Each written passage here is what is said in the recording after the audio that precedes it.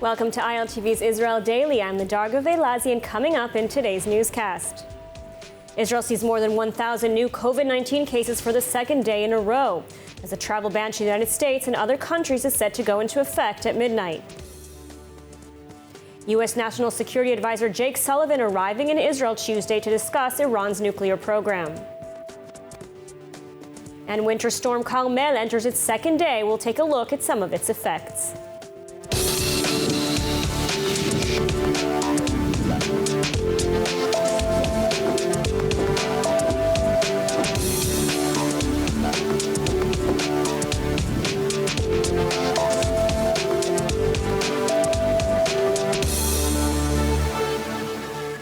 Israel, for the second day in a row on Tuesday, saw over 1,000 new daily COVID-19 cases, as the country has now entered its fifth wave. Let's take a look. The health ministry announcing Tuesday 1,306 new cases of the coronavirus in Israel, with a reproduction rate that continues to climb, reaching 1.28, and the percentage of positive tests also going up to 1.27%. This marks the highest rate in 2 months, when Israel was in the midst of its fourth wave. Yet, in perhaps some good news, the number of hospitalizations has so far not dramatically increased, as there are currently 81 patients in serious condition, the vast majority of which are not vaccinated. Prime Minister Naftali Bennett now holding daily meetings with health officials mulling additional restrictions. On Monday, the Prime Minister met with health and other government officials to discuss implementing new restrictions, such as limiting gatherings and expanding the Green Pass, but so far no decisions were made. Also on Monday, Bennett attending a meeting in Jerusalem with senior Education Ministry officials, led by Education Minister Dr. Ifat Shasa-Biton. Israel, once a leader in vaccinations, has not been able to mobilize parents to vaccinate their children ages 5 to 11, with only a small percentage of Israel's 1.2 million children receiving the first shot. Disagreements have been widely reported over the last several weeks between the Prime Minister and Shasa-Biton over handling of children's vaccines in schools, with Bennett seeking to vaccinate children nationwide in schools and Shasa-Biton largely opposing such a drive. Yet, on Monday, the two aim to show solidarity as the government amps up its vaccination campaign.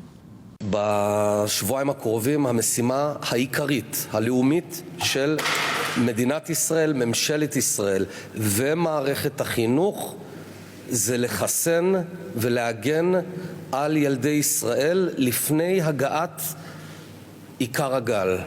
לחסן את ילדי ישראל ולהגן עליהם לפני שהגל מגיע.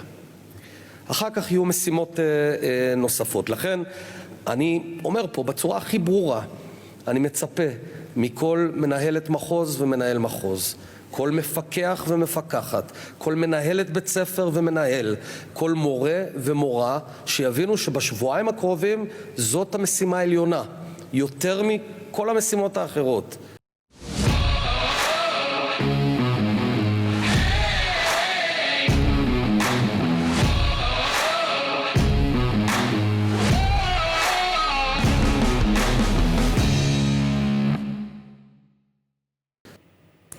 And the United States and several other countries are being added to the red country list. This is set to take effect Tuesday at midnight, shutting down Israel's skies to dozens of countries for the foreseeable future, amid the looming threat of the Omicron variant that is spreading around the world at an unprecedented rate. And so joining us now to discuss the repercussions of such a drastic move is Rabbi Dov Litman, founder and director of government relations at Yad Le'olim. Welcome. Thank you for joining us. Great to be with you. So first of all, Israel's added the U.S. and other countries to the red country list. So what exactly does this mean? This means that things are impacting in both directions. What I mean by that is an Israeli citizen, including the dual citizen, who wants to leave Israel to go to a red country like the United States has to turn to a special committee for approval for that. And there's special criteria set out for it. But most people just, want to go visit someone in America or go for a vacation would not be allowed to do so. In the reverse direction, coming into Israel, it's essentially saying all entry is banned. Obviously, Israeli citizens are allowed to return to the country as they choose. But when you return from a red country, there is now a week of quarantine for anybody who comes back from that country. So there are many, many, many moving parts that are taking place, but essentially it is a closing down even further of Israel's borders, especially to all these countries that are now labeled as red.